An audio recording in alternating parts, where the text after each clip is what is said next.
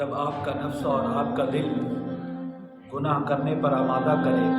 اور آپ کو دل مجبور کرے کہ اس گناہ کے اندر ملوث ہو جائے تو پھر آپ نے فوراً اس گناہ کے اندر ملوث نہیں ہونا، خواہش پر فوراً عمل نہیں کرنا۔ آپ نے دیکھنا ہے کہ میں کس مالک کی نافرمانی کر رہا ہوں، کس خالق کی حکم عدولی کر رہا ہوں، جس مالک کے 24 گھنٹے میرے اوپر انعامات ہیں، دن رات جس کے انعامات اور احسانات میرے اوپر ہو رہے ہیں، میں اس مالک کی نافرمانی کر رہا ہوں جس نے مجھے زندگی عطا فرمائی، جس نے مجھے شب و روز عطا فرمایا، عزتیں عطا فرمائی، میں اس مالک کی نافرمانی کر رہا ہوں۔ اے دل اور اے نفس، اگر تو مجھے گناہ پر آمادہ کرتا ہے، مجھے گناہ پر اکساتا ہے، تو میں اپنے مالک کی نافرمانی کو بھول نہیں دے سکتا۔ اے نفس، تو نے ایسے کتے کو نہیں دیکھا جو ہر وقت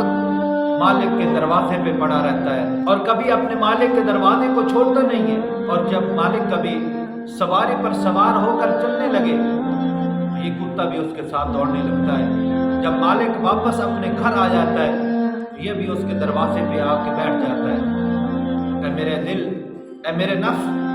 تو نے ضرور ایسے کتے کو دیکھا ہوگا جو ساری رات بیدار ہو کر اپنے مالک کے گھر کا پہرا دیتا ہے، اپنے مالک کے گھر کی رکھوالی اور چوکیداری کرتا ہے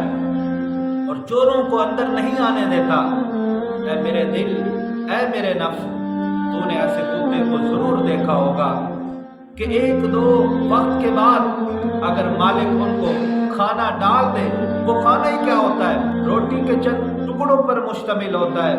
اور وہ اس کے آگے ڈال دیتا ہے۔ اور آپ نے دیکھا ہوگا کہ کتا اپنے جسم کے اندر بڑے پیچ و خم لاتے ہوئے، اپنی دم کو ہلاتے ہوئے اسی پر صبر اور قناعت کر لیتا ہے، پھر مالک کے دروازے پہ آ کر بیٹھ کر مالک کے حکم کا انتظار کرتا ہے۔ اور کبھی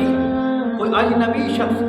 مالک کے گھر کے اندر داخل ہو جائے تو یہ کتا فوراً اس پر حملہ کرتا ہے، اور جب مالک اس کو خاموش رہنے کا حکم دیتا ہے تو یہ فوراً خاموش ہو جاتا ہے، اور اسے معلوم ہو جاتا ہے کہ یہ کوئی اجنبی نہیں، یہ میرے مالک کا دوست ہے۔ اے میرے نفس، اے میرے دل، یہ چند صفات حسنہ، یہ اچھی صفات اگر ایک کتے کے اندر آ جائے جسے تو بھی نجس اور پلید سمجھتا ہے، اے میرے نفس، تیری کیفیت کیا ہے؟ تو نے مالک کو پہچانا ہی نہیں ہے، اور اگر مالک کو پہچان لیا ہے تو پھر تو اس کا وفادار نہیں ہے۔ وہ ہر روز تجھے روکتا ہے، بار بار منع کرتا ہے گناہ کے اندر ملوث نہ ہو۔ مالک کا اگر حکم آ جائے تو اس پر عمل نہیں کرتا، مالک کا کوئی آرڈر آ جائے اتنا جلدی کرنے پر راضی اور آمادہ اور تیار نہیں ہوتا، لیکن یہی محفل اگر کوئی عیش و عشرت کی ہو، کوئی فوراً کرنے لگ جاتا ہے اور پوری رات تھکتا ہی نہیں ہے، اور تو یہ محسوس تک نہیں کرتا، بلکہ تیرے ذہن میں یہ آتا ہے کہ یہ رات کا سارا وقت اتنا جلدی ختم ہو گیا ہے۔ لیکن اے ناعاقبت اندیش میرے نفس، اے آخرت کی فکر کو بھلانے والے نفس، ذرا سوچ، دنیا سے تو نے پورا مزہ اٹھا لیا ہے، خدا نے تجھے جو مہلت دے دی تھی وہ ختم ہونے کے قریب ہے، وقت آخر قریب ہے، آجا، اب بھی مالک کا دروازہ کھلا ہے، مالک کی چوکھٹ پہ آجا، اپنے سر سجدے میں رکھ دے اور مالک سے اپنے ماں قبل کی تمام گناہوں سے توبہ اور معافی مانگ لے۔